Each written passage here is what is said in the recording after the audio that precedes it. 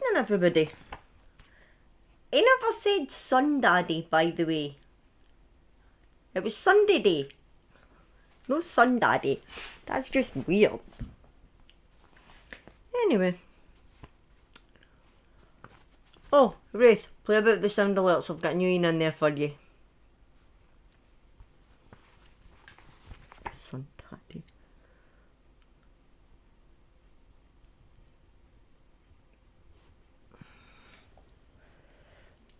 Right. Before we begin tonight's story, just a quick reminder, this is strictly for mature audiences. That was really quiet.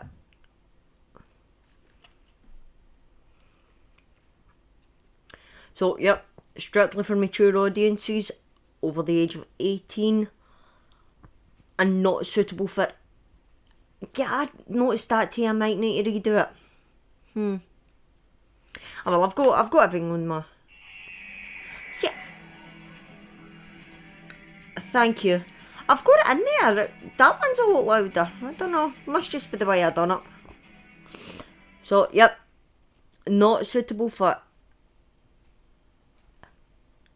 Spiral, it's looking belting. It really is. I just need to get the curtains and blinds up.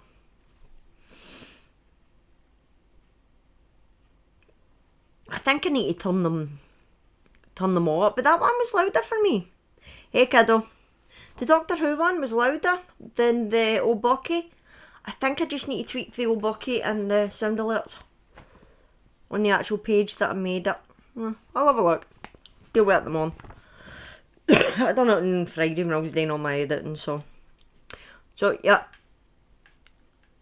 If you are under 18 or have a nervous disposition, please leave. Because this ain't a pretty story. None of my stories are suitable for minors, but this one definitely is not. If you're new to the channel and you like what you see, please hit the follow button so that you can see whenever I go live. And if you're looking for any previous episodes, they can be found on my YouTube channel. If you're watching, here's a bit that makes me feel nauseous. It actually leaves a funny taste in the mouth.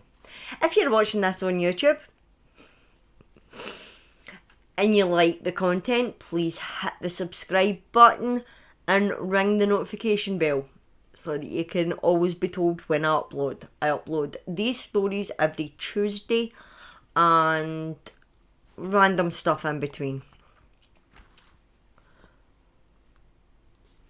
And feel free to share with your friends. But always, if you're sharing these stories, please reiterate that they are for mature audiences only. I don't want to be getting sued by anybody's mum and dad because they saw the story and had nightmares. So, without further ado, let's get back to another episode of Storytime with Buck Buck. I like the new name of that, I've got to admit, I quite like that.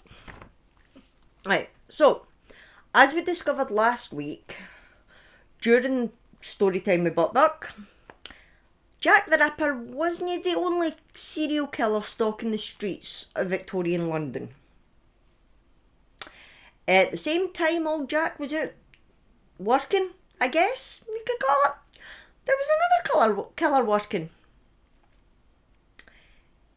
And with the exception of only the one murder, their paths never actually crossed.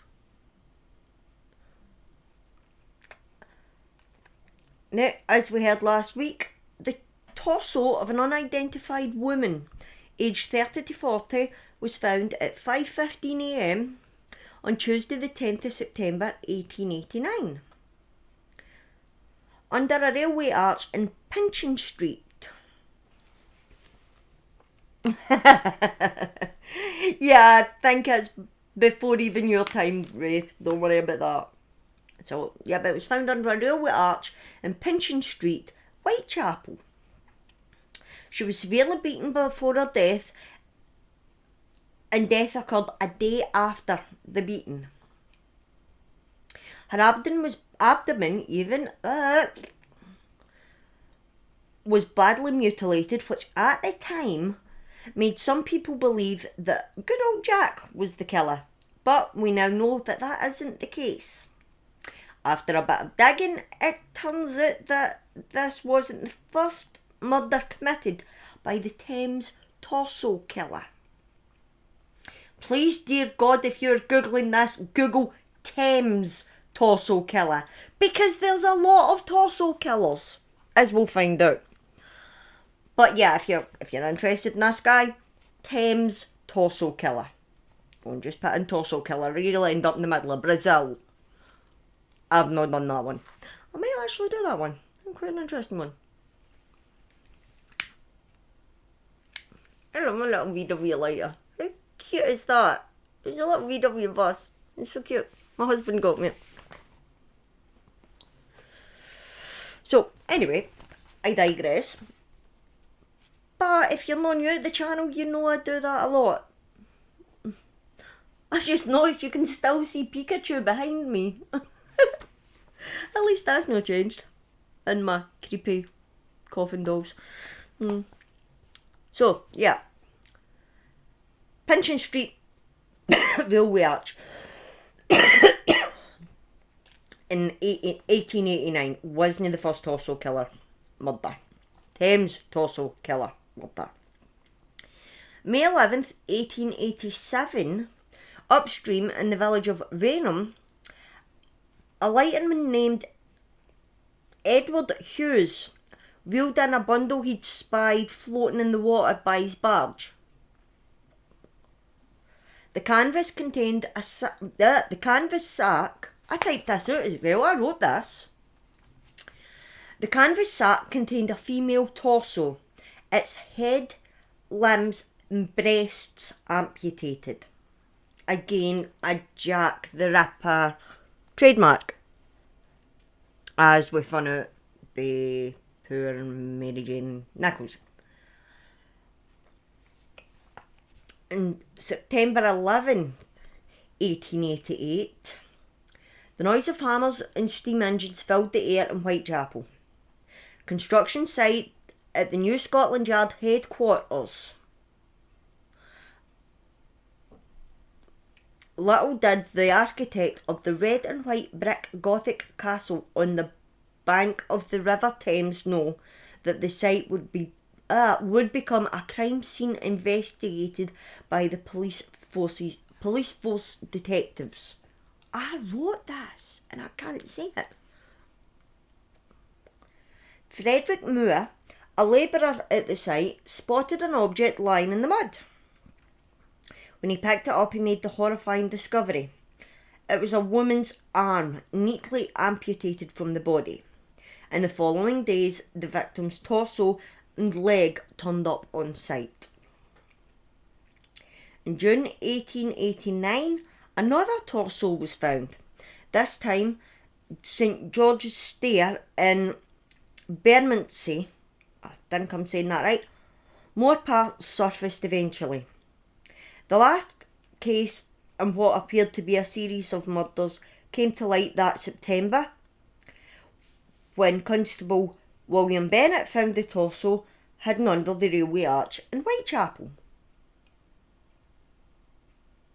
You're perfectly fine, Kea.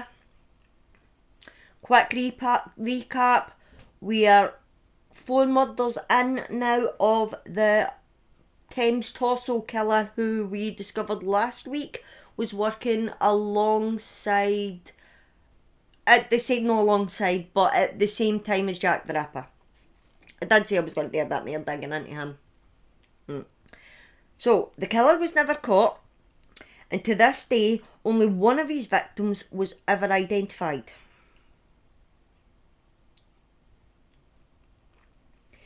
The June 1889 murder in Bermondsey was the only victim identified in the torso killer.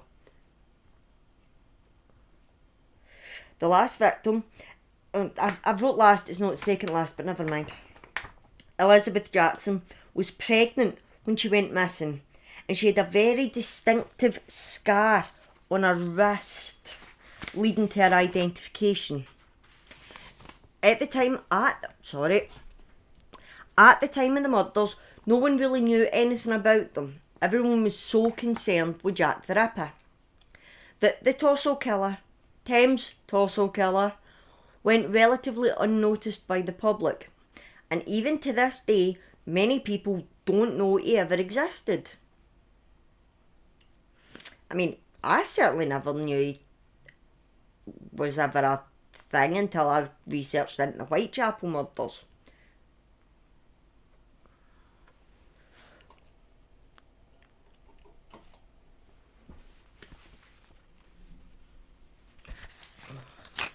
Thank you for the hydrate, Wraith.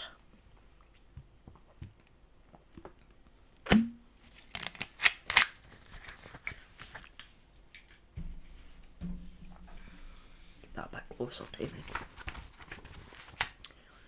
So, but as I said last week, and as I've said a few times during this story, when I started looking into the Thames Torso Killer, I discovered that there have been quite a few torso killers over the years, all in the globe. Like I said, different one in Brazil. There's obviously our boy here in London, and there's been quite a few. Okay, it's quite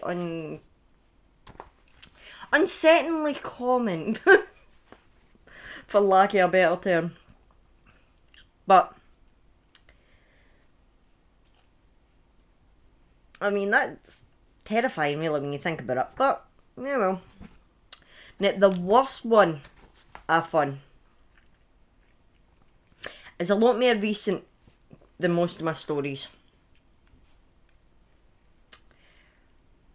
As recent as ending in 1980. With an arrest.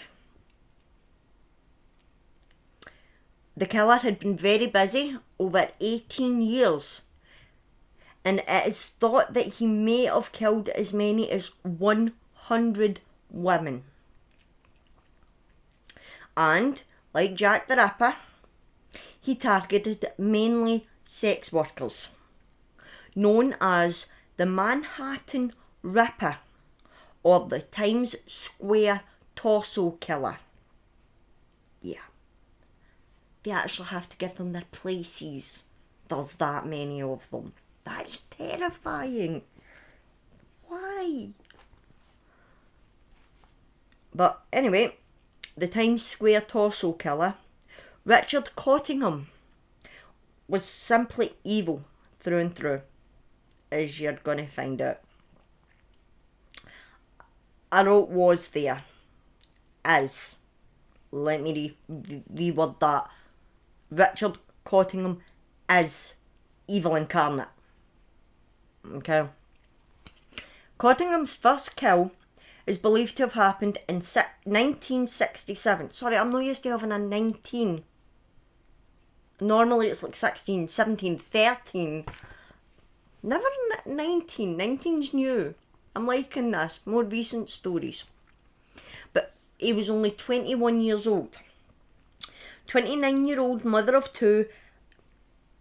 I apologise in advance for the pronunciation. I have been trying this out for the last couple of days. Nancy Sheva Vogel, I believe it is, was strangled in her car. Her body was found naked and bound 3 days later. Cottingham only admitted this crime in 2010. That's how recent this is, folks. Through 1968 and 1969, he killed 3 girls. Also only admitting to the crimes decades later. The youngest was 13-year-old Jackie Harp, as well as strangled 18-year-old Irene Blaze and 15-year-old Denise Valeska. 13, 18 and 15. This guy's a fucking monster. And I apologise for swearing, but that is exactly how I feel about this guy. In the early 1970s, after these murders, Cottingham began to be picked up for a series of lesser offences. He was convicted and fined for shoplifting in August 72, and a year later arrested and charged with robbery, sodomy and sexual assault. Really not a nice man. Now remember, at this time they didn't know he was killing anybody. They've only got him on the robbery, the shoplifting and stuff. The second case was dismissed, as were charges of unlawful imprisonment and robbery in February 1974. So he got away with it. Just 6 months later, Cottingham abducted Mary Ann Pryor, 17, and Lorraine Kelly, 16. He reportedly dumped their bodies in a parking lot after taking them to a motel and drowning them in a bathtub.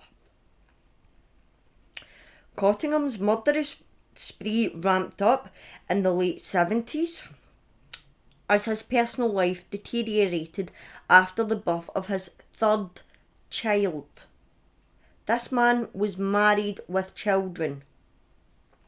His wife filed for divorce in 1980. Well, no wonder.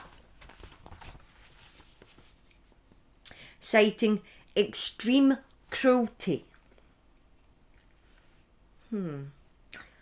Definitely not a nice man. Not the kind you take home to mummy and daddy, that's for sure. According to Cottingham, and accusing Cottingham of going to gay bars. Remember the era we're in, it's the 70s, 80s, that stuff's no as accepted as it is nowadays. Nowadays it's not that big a deal. Back then it was grounds for, well, you get charged with sodomy, so there's that. It came after years of him refusing to have sex with her and starting an affair with a woman named Barbara Lucas. Cottingham's killings and assaults had reached a frenzied pace by the time of his divorce. In December 77, he had killed Marianne Carr, 26, by tying her up and strangling her. A year later, he attacked and raped Karen Schilt and Susan Geiger, just a month apart. Both were left for dead when he dumped them in New Jersey. Geiger was pregnant at the time of the attack. After the 79 Times Square murders, Cottingham spiralled even further and attacked 4 women in 1980, the year his wife filed for divorce. Killing 2 of them.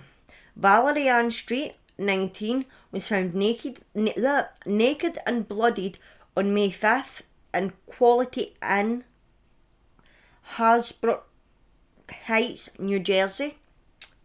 Marianne Carr's body had been found years earlier near the hotel, but cops could not link the crimes. So he's dumping them in the same places. They're not connecting the dots. They think it's different folk.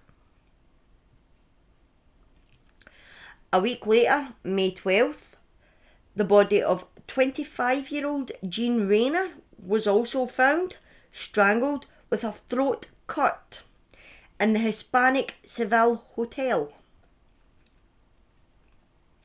Cottingham was eventually caught 10 days later, on May 22nd, 1980. Up until this point, he had evaded any suspicion by successfully leaving no evidence at any other crime scene to point authorities in his direction before he was caught in the act.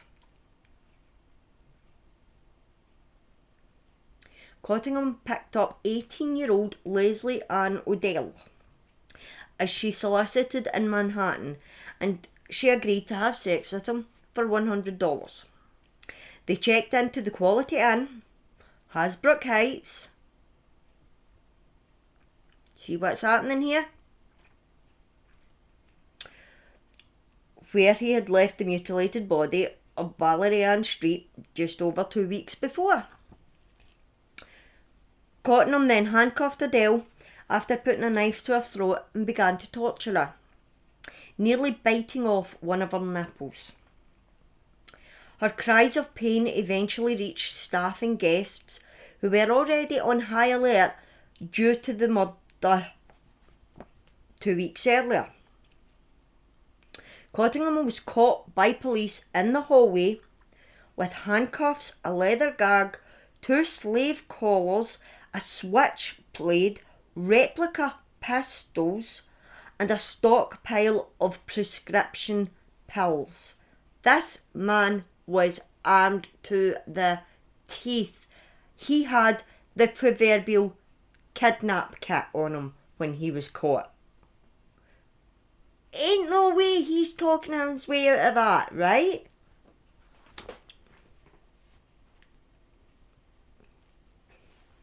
Should have listened to you, Wraith. When you get caught.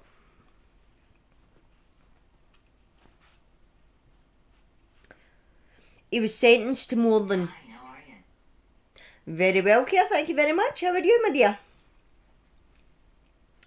So, he was sentenced to more than 200 years in prison in 3 separate trials.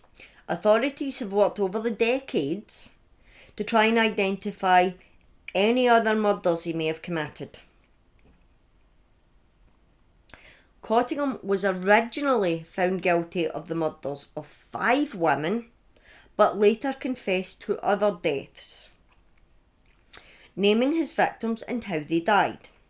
The serial killer, who remains in prison in New Jersey, admitted to more murders as recently as April 2021. Yes, friends, this man is still alive. The latest information I could find on him, when he admitted to the recent murder, or most recently admitted to murders in April of 2021, he was 75 years old at the time. So he's now 76. Just about to turn 76. But he is still very much alive. He's never seen the light of day again, but he's breathing. While he's been officially tied to 11 deaths, Cottingham has claimed to have killed between 85 and 100, but remains stubborn in revealing more details and the identity of his victims. So he's admitted to killing between 85 and 100 women. He can be tied to 11, but he's refusing to say where they are, who they were, what happened to them.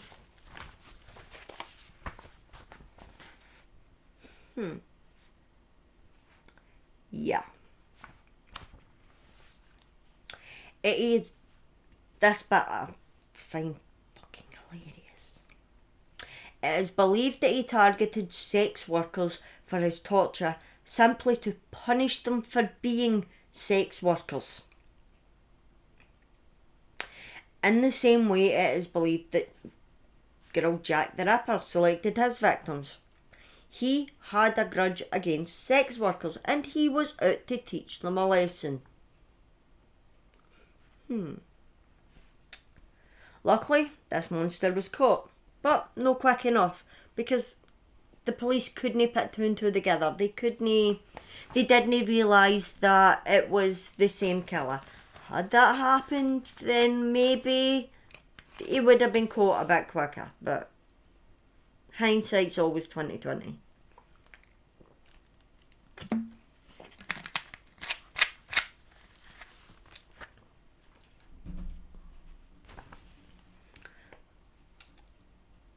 Many women died by his hand, and we will never know the real amount.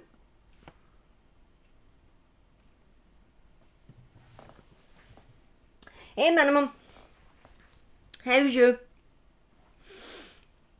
So, yeah, many women died because of him, And we're never going to know the real amount because the twisted son of a bitch just refuses to tell the truth. He'll no do it. He'll no admit to who he killed and how he killed them. And if they haven't been found, where are they? So the family said these poor women have got to suffer without ever knowing what happened to their loved one. What fucking sick. It's almost as if he's still getting some kind of twisted kick out of torturing the relatives of these women, and it's now, of course, I say women, but let's remember that some of these victims were only teenagers.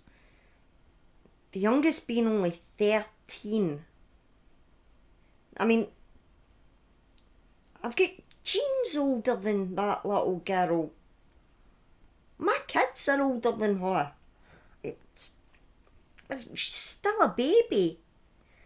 And now, a child, 13, a child, her life was so bad for whatever reason. She was forced to work the streets to sell herself just to make ends meet at 13. And not just her, but all these other women were forced to go and sell themselves just to... I mean, some of them were mothers. One of them was even pregnant. So they're forced to sell themselves to feed themselves and their children. And this monster just comes along and kills them because he's punishing them. Because their life's that bad that they've got to take such drastic measures to feed themselves and their loved ones. That's just fucked up, man. Like, really.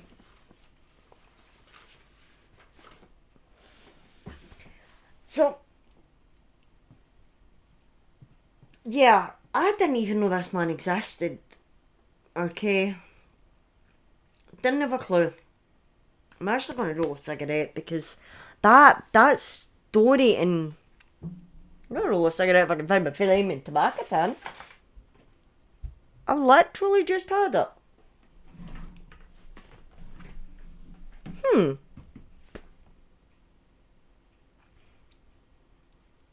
Well, that's perplexing. Oh, blow my monitor. So, yeah, that leaves a bad taste in my mouth. It really does. I mean, he was caught. He's still in jail and he's never going to get out. But America's got the death penalty. Why is he still alive? Are they keeping him alive in the hope that he'll eventually, on his deathbed, like, so sorry, here's who else I killed, here's where you'll find their remains? I don't know. He's never going to tell.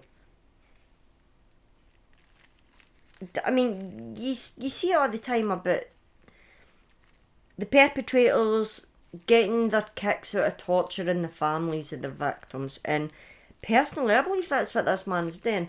And like I said, the Manhattan Ripper, or the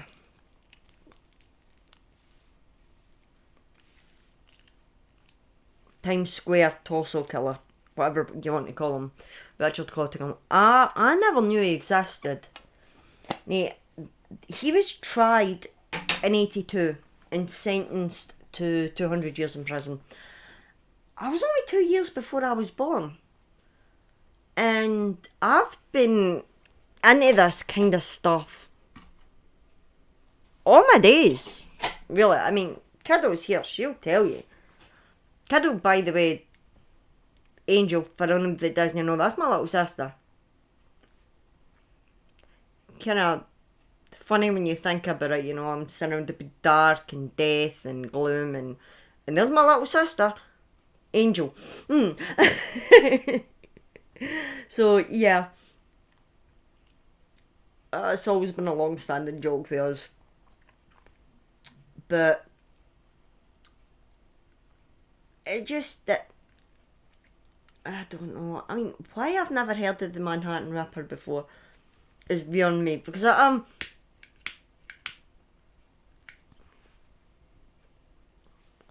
because it was so easy to just go for Jack the Ripper to him. It was a jump like that. It was such an easy, and I have been studying. I'm don't claim to be a ripperologist or anything like that, but I've been studying Jack the Ripper since I was very young.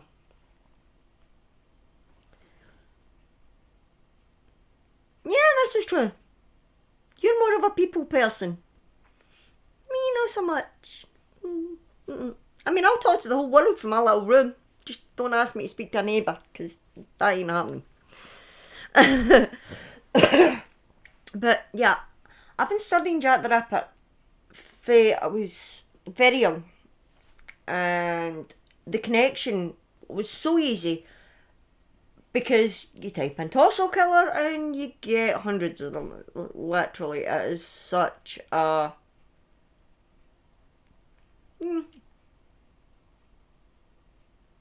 yeah, very true, Kiddo. Very true. But it's not a big leap. I mean, I know the whole 6 degrees of separation or whatever it is, but it is such an easy. Because I discovered him just doing a bit of research into London Torso Killer, and there wasn't that much, to be fair, about the London Torso Killer, because 4 victims, and it was during Jack the Ripper time, so everybody was interested in him. But Richard Cottenham, he's a whole other level. I mean, oh, my phone's gone. Jack the Ripper, we don't know who he is. We never will. We don't know who he was. We'll never know who he was. And there's a bit of mystery and darkness, and the fact that it happened hundreds of years ago, it's almost like a ghost story kind of thing nowadays. But like almost as if it's like a myth, an urban legend. Like in years to come, will people even know that he was real? But this guy, this was just a couple of decades ago, and he's still very much alive and in prison in New Jersey. Now,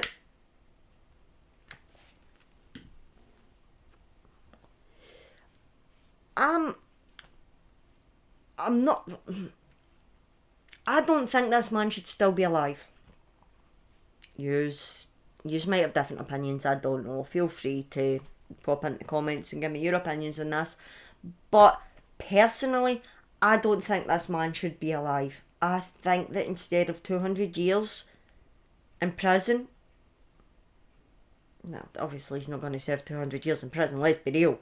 Only way to do that is if they keep him on ice for 200 years, or however many after he dies. But the point I'm making is, I think he should have been sentenced to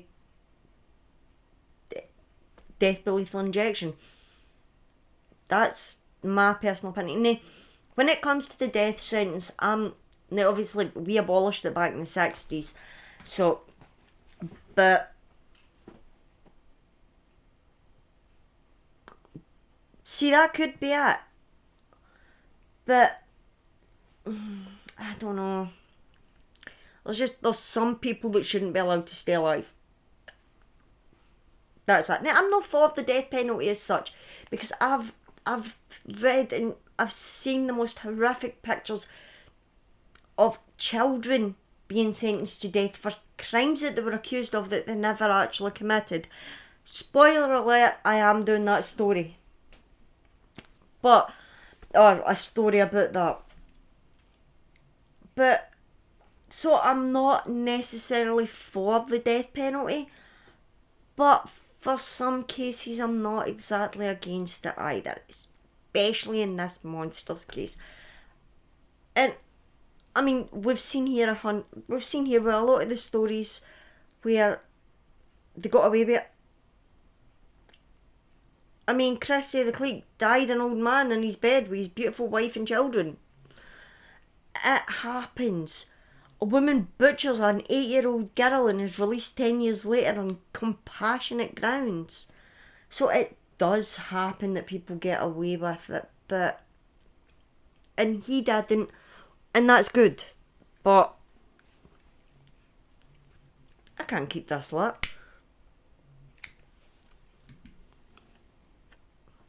I mean, that's good that he didn't get away with it. But to keep him living in jail for, well, for the rest of his days is just, in my opinion, waste of taxpayers' money. But each to their own with that one. I know, right? It's because I'm too busy talking, my cigs keep going out. But it is just chatting. So it'd be kind of weird if I stopped talking. But, right, so. I'm running out of ideas. So, I need you to help me out here. Has there been any... Now, as you've seen, I mean, I spoke about Brazil earlier. I'm opening this up, okay? I'm not staying in the UK. There are a few stories that I've got in the pipeline that are Scotland, the UK,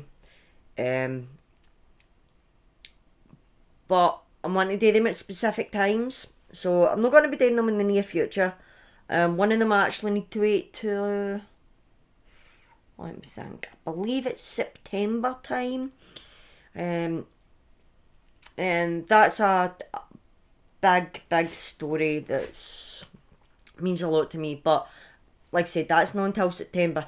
I'm running out of ideas. I have got one that I'm thinking about, well, no, one that I'm working on, that's quite a harrowing tale actually, and it's definitely not for the faint of heart, but I'm running...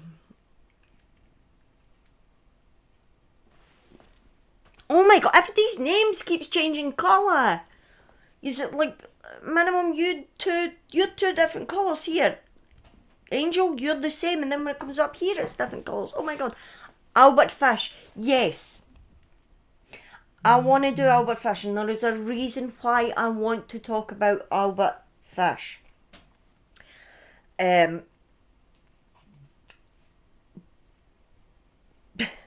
I don't know if you can see, but behind me, there, I have got a Captain Spaulding poster. I absolutely love House of a Thousand Corpses and Devil's Rejects. And Free from Hell. I know it got slated, but I loved it, so I don't care. And Albert Fish is mentioned, and there's quite a few interesting facts in House of a Thousand Corpses about Albert Fish that I want to find out if they're true or not. So I will be doing a story on Albert Fish, because there's some interesting details on that. So I want to know if they're true more than anything else. Just more of a morbid curiosity to see if what Captain Spaulding says about him in the Murder Ride is true. So I'm going to do Albert Fish, because he was vile. I mean, this man, he was a sadist. Yeah, kiddo, Albert Fish is something else. don't spoil it. But yeah, Albert Fish was something else entirely. So I'm gonna do a few like that. And like I said, there is one that I'm working on. That is actually, it could be quite an upsetting one, to be honest with you. I mean, even I stopped and thought, hold on, that's not right. So I'll probably do that next week actually, because I've got the base work started on it.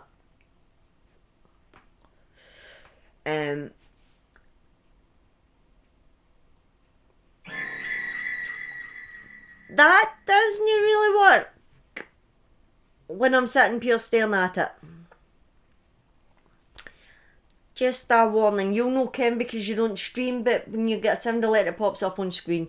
I need to remove that, I think. Right,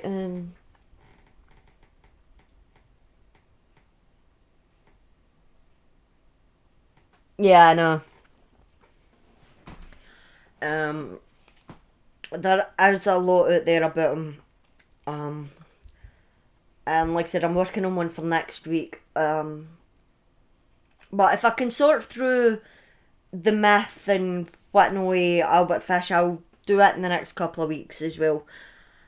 Because there is so much out there that we're never going to know. But I'm looking for ideas. There are a lot of sick son of a bitches out there, and that is exactly the kind of thing that Storytime with Buck Buck's all about. It started off as Scotland the Graves, but it's evolved. Because the more you read about one, like we found last week, I started in Jack the Ripper, and it took me to the Whitechapel docket, which took me to the Times Torso Killer, which took me to the Manhattan Ripper.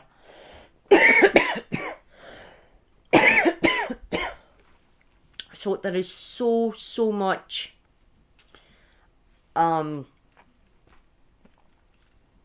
that just it ties in with other stories, and like I said, the 6 degrees of separation, and it's so I have to broaden where I'm going with it, because I can't just stick to Scotland and the UK. But if any of you remember from my earlier stories, there was a pathologist who's Dr. Glazier, who seemed for some reason to be involved in quite a lot of my earlier stories. I have done a bit of digging about him, and I'm going to do a piece on him. I'll do an episode on him, because he obviously was quite prominent in Scotland. One of the biggest pathologists of his time. He paved the way for modern forensics. So I want to do a piece on him, because, like I said, his name popped up over and over and over again, and it was just constant. It was Dr. Glazier, Dr. Glazier, Dr. Glazier. So I want to do a piece on him. So I'll probably do that in 2 weeks' time.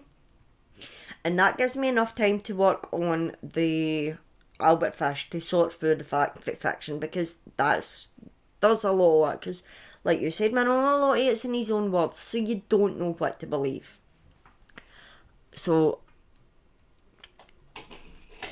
but I'm going to call it there tonight. I know it's a bit of a short one this evening, but busy day tomorrow. I've got a lot of research to do on the story that I'm working on, plus I need to finish off the Dr. Glazier story.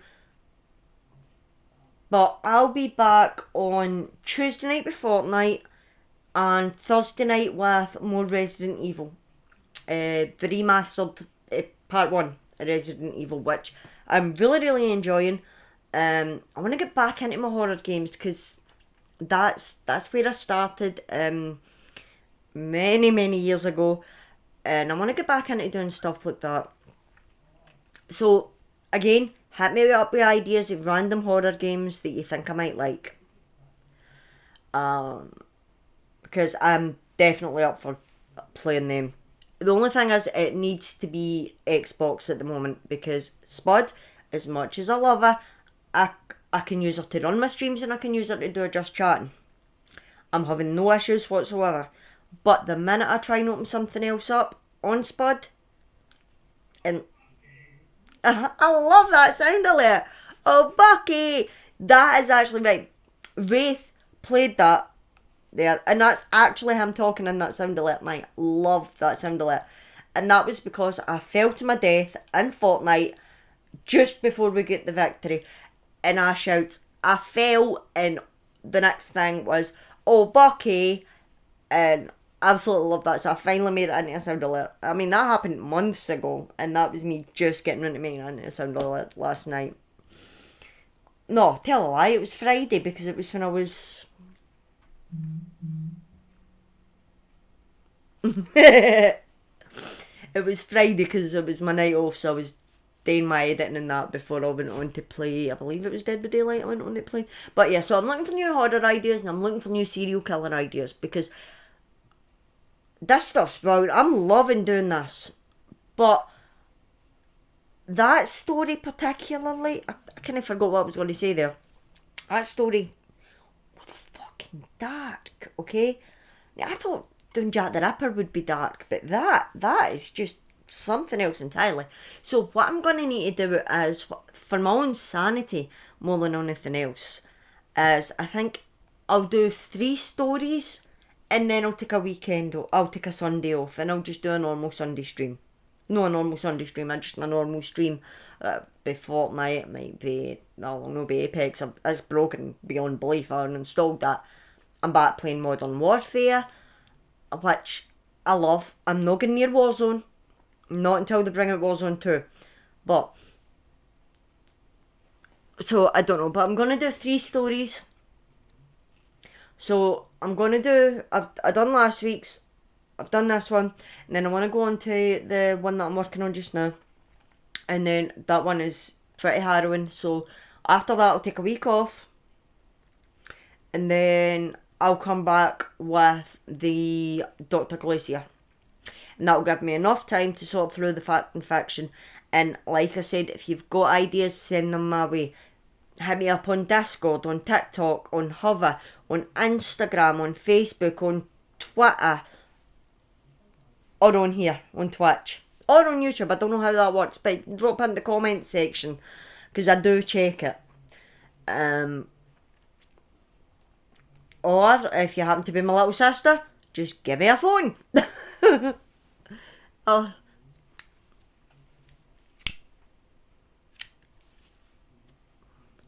I'm still trying to keep this cigarette lit, because I don't stop talking. Night, kiddo.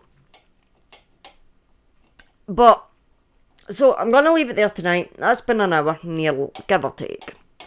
And that was a bit of a shorter story tonight, because it was quite dark, and the fact that monster's still breathing, that's just wrong, okay? So, I'm going to call it there, but, like I said, I will be back on Tuesday with some Fortnite if you're up for that. I'm working on a few other things,